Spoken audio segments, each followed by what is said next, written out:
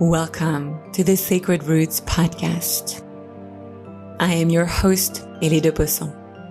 I'm the founder of the Sacred Roots Modern Mystery School, energy healer, international author, and speaker. It is my passion to bring to you ancient and modern wisdom to help you live a soul-led life in alignment with who you came here to be, and lead an abundant business, but the feminine way, with flow, ease, and intuition. This podcast is a sacred space where we are going to connect over solo episodes and with powerful guests that will empower and enlighten you on your spiritual path. Thank you so much for having me in your private space. Sit back, relax, and enjoy the teachings and integration practices that are coming your way now. Welcome, my beautiful soul, for another episode of the Sacred Roots podcast. I'm really excited because today I'm actually going to talk about a topic that is really, really dear to my heart. We're going to talk about beauty, and not just physical beauty, but beauty in general. Living in a beautiful home, having beautiful clothes, looking at a beautiful sunset, being in front of an amazing, stunning landscape, making your food look beautiful on your plate, because there's a really strong connection between beauty and spirituality. And to be honest, everything that I'm going to share here really comes from my own personal experience and what I have learned and discovered on my journey. Because I'm a Libra, and if you know a little bit about astrology, not that I know so much about it, even though I'm very interested in it and I want to learn more about it, and I'm learning month after month a bit more. One of the many things that I'm learning. I'm a bit of a geek when it comes to learning new things, although we do have a lot of wisdom inside of you too, inside of us too. Anyways, as a true Libra, I love beauty. Libras are really known to be all around beauty and creativity, and this is who I am. I'm someone that's really creative. I create these podcasts, I create books, I create programs, I create schools, I create songs, I create food. You should see me cooking. When I cook, it's like I definitely don't follow the recipe. I just create. Sometimes it's a disaster and sometimes it's absolutely amazing. And that's just part of who I am. I'm that creative soul. And I'm also that beautiful soul. And I love beauty. And for a long, long time, I actually had an inner conflict with beauty. And so that's why I really wanted to record this podcast for you, because I'm realizing that a lot of women have a bit of a conflict with beauty. And so if this is you, this podcast is going to give you peace. My idea of beauty is that beauty meant expensive. Every time I would go to a store, I would see something that I absolutely adored, and I was like, wow, this is stunning. This is so beautiful. I want this. And guess what? It would be the most expensive item in the whole store. Like, it would make my mother laugh. It would make my friends laugh. Now it's making my husband laugh. I always like the most expensive things in stores. Well, of course, they're stunning. I just have an eye for beauty. A little side story about that. When I was something like, 15 years old, my parents said to me, okay, we are going to renovate your room because you've been in this room for 15 years and nothing has changed. So you're going to we had carpets on the floor, so I could choose the carpet, the color of the carpet. I could choose the curtains. We changed a little bit of the furniture. We made like built-in closets. And I said to my parents, okay, I really want a dark red carpet. My parents were like, you're crazy. That's not a color of a carpet that you put in a room. And now I can also see how that red color was actually something that I needed, because as a teenager, life was hard for me as a very empathic and sensitive soul. I think life is hard for every teenager anyways. I'm not saying my life was harder. I also had a lot of privileges, but life is just harder as a teenager. You don't know who you are. And so I had a tendency to really hide in my little bubble, in my fantasy world, in my dream world, which I now recognize to be my world with my spirit guides. But I didn't know that at the time. So I would write songs, imagine, contemplate life, think about things. I was really in my head dreaming a lot. And that was an escape for me. So I was very ungrounded. And red is the color of the Muladhara, the root chakra. And so that was actually perfect to ground me back so that I could walk on this red color, because a color is also frequency. And so that was very grounding for me. So that's another side note in the side story. But basically, my parents said, that's not really a color for a bedroom. I was like, please, please, please, please, please, I really want a red carpet. I think it's going to be stunning. I think it's going to be beautiful. They were like, okay, well, let's go to a carpet store and you can choose the color. And it was that beautiful Bordeaux, deep red. Imagine the color of like beautiful red wine. It was stunning. I absolutely adored it. It was not too dark either. It was very warm, very like comfy as well. And then I could choose the curtains. And so, of course, the curtains had flowers, obviously, and they were light blue with some red flowers. And the red of the flowers was very close to the red of the carpet. So it was stunning together. It was pretty bold. I'll give you that one for free. Having a bedroom with red carpet and like big red roses on the curtains was pretty bold. But once my parents put it together, they were like, I guess it's her room, so we're going to let her decide. They were like, wow, this is stunning. You have an eye. They actually loved it so much that they took that same carpet and put it everywhere on the stairs and in other rooms of the house. And those curtains that I told you about, my brother is now using them in his flat. So that's just to show you how sometimes we have that innate sense for beauty, for aesthetics. And I was gifted with that as a Libra. And I discovered in my human design that it's also written there in my gate 48, which is the gate of depth, which is why I love to dive deep into everything, but which is also the gate of the interior designer. Just a little side story to show you really how I vibe with beauty. But because I vibe with beauty so much, I realized that beauty meant expensive. And so when I would go to the store with my mother, with my friend, or with my husband and see the price tag and see that it was the highest price tag of the store, I would push back. I would say, okay, no, it's not for me. Because I thought I didn't deserve to buy myself beautiful things. I thought it was material and expensive. And I made a connection of material also meaning superficial. And superficial means the opposite of depth. And like I just explained, I'm a deep person. Depth is like my sun in my human design, my conscious sun. And it's one of my main values. When you talk to me, you are going to have a deep conversation. I don't even do it on purpose. I always ask deep questions. That's just who I am.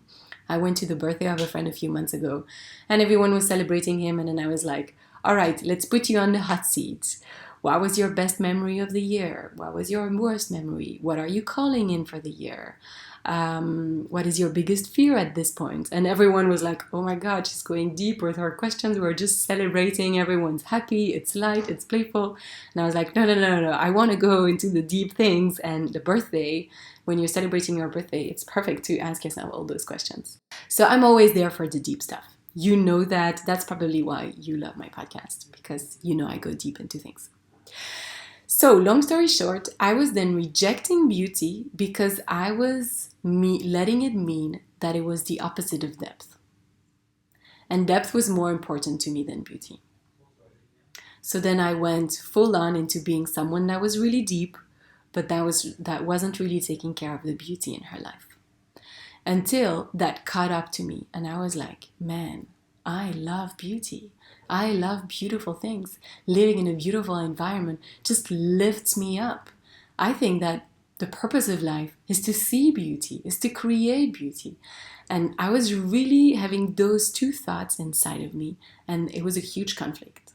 Until I realized I didn't have to choose. I could actually be both. I should actually crave beauty and have beauty and create beauty. And I could actually also be really deep. Because it's important to understand that we are designed in a way that is perfect. We don't have to choose parts of ourselves over others. We can be both. If you love beauty in depth, you're designed like that. And it's also interesting to see that in human design, that gate 48 is about beauty and depth. Because they're meant to go together. Deep things are beautiful, and superficial things that are beautiful can also be fun and acceptable. Once you choose to really honor all of who you are and see how these two parts that might be conflicting can dance together, that's really when you step into alignment with who you came here to be. And then the second thing that I invite you to look at is nature. We receive so many teachings from nature, but isn't nature absolutely beautiful? Isn't that amazing creation from Source absolutely stunning? When you are in pure wild nature, looking at a landscape from on the top of a hill, the top of a mountain, or looking at a sunset, aren't you astonished? Sunsets still blow me away. I don't know how it's possible to have so many beautiful colors. It's mind-blowing. I'm so impressed every time I look at a sunset, when there is an actual sunset and there are no clouds, or just a little bit of clouds, because then it shows the colors. It's nice too. Life is beauty. Look at your body. My God, your body is so beautiful. A naked body is so beautiful. I used to do naked drawing because I took some drawing classes at some point, and I loved to do naked drawing because a body is so beautiful.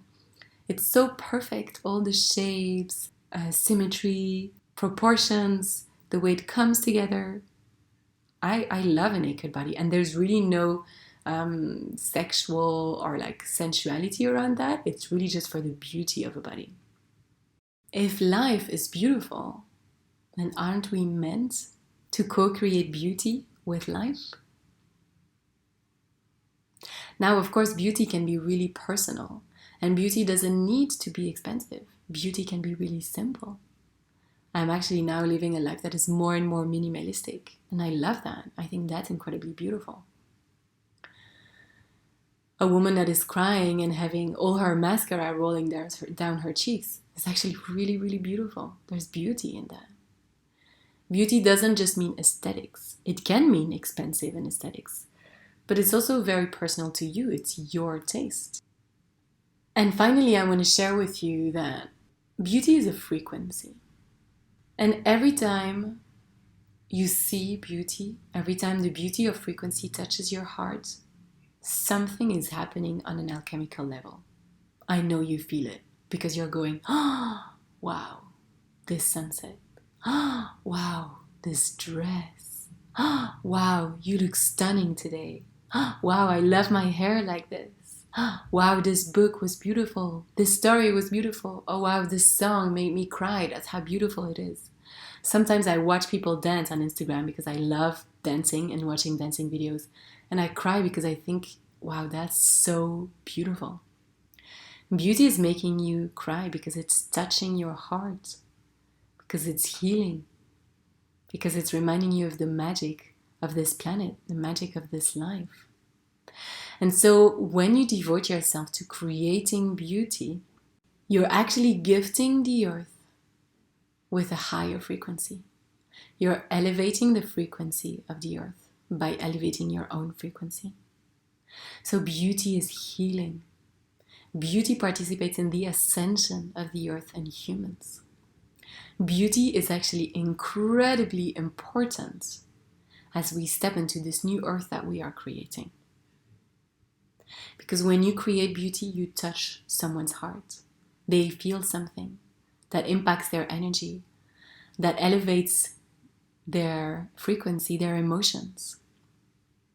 Whether it's singing, cooking, dancing, doing art, whatever it is, it doesn't matter.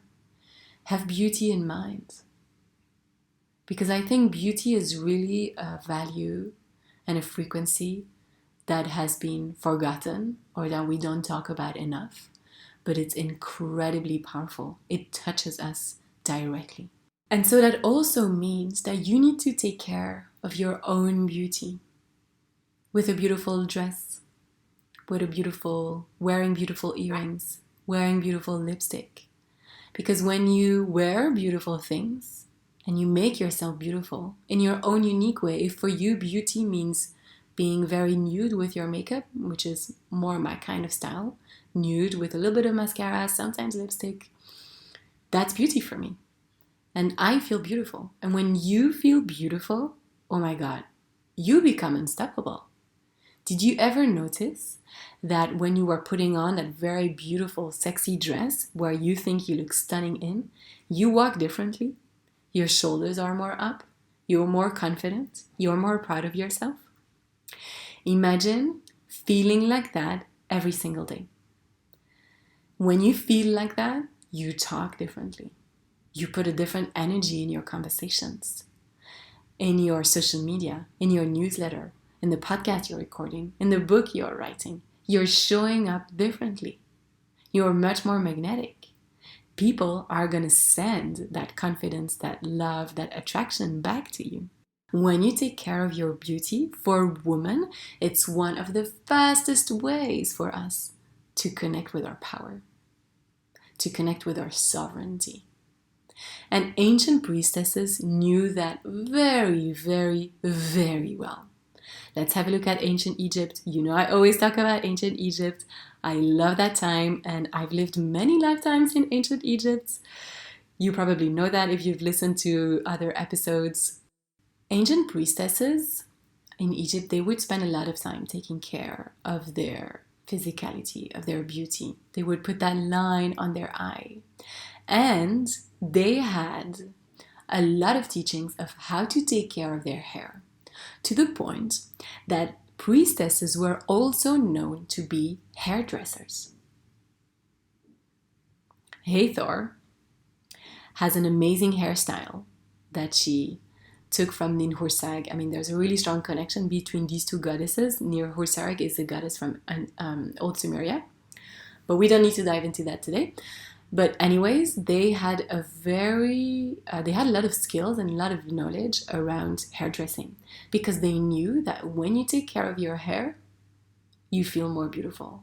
And hair is part of your beauty. When you go to the hairdresser and someone takes care of your hair, how do you feel after? Right? You feel different. You feel beautiful. You feel more powerful. You're more magnetic. You become unstoppable. And there's a whole, if you look into the myth of Isis and Osiris, when Isis was looking for all the pieces of Osiris that Set had spread around the country, in the long story, you actually see or learn that Isis went to the palace where Osiris was hidden in one of the pillars, whatever. She knew that he was there. And in order to become friends with all the women from the palace, she was doing their hair, because she couldn't tell them that she was Isis. They would be too impressed, and that would get in the way of her goal, which was to gather all the pieces of Set back together. And so in order to befriend them, she was doing their hair. She was making them feel beautiful. She was a hairdresser. She was also a priestess. Ancient priestesses had so much knowledge around beauty and hairdressing, because they knew that your body is your temple. It's where your soul resides. Your body is your soul. So take care of it. When you make yourself beautiful, you are then going to create beauty in your day and bring beauty to the earth, which is so important. So important. So as I realized all of that, I was like, oh my God, beauty is now my number one priority, with being all about depth. And they really go hand in hand, actually. Human design was trying to teach me that, but now I have really embodied that truth because I experienced it. I journeyed with this. Beauty is also all about stimulating your senses. Your eyes when you see something beautiful, your ears when you hear something beautiful, your touch when you touch cashmere and you're like, wow, this is so soft, this is music to my ears or beauty to my eyes. And so the more you're connected to your senses, the more you're connected to your body. The more you're connected to your soul. Your body is your soul. So this is really my invitation for you my darling, to come back to being beautiful, taking care of your beauty, creating beauty, allowing yourself to live in a beautiful environment. Because when you live in a beautiful environment, you feel different. You're going to act differently. You're going to align with what's happening inside of you, with your soul, with your purpose much more. Our environments impact us so much, especially if you have an open G center in your human design chart. Your environment is everything because you're super permeable to your environment. It's super important to live in a place that uplifts you, that makes you feel excited, beautiful, empowered, sexy, unstoppable, limitless, expanded. So I think you got the message. Bring beauty into your life. Allow yourself to call in beauty because it is one of the most healing frequencies.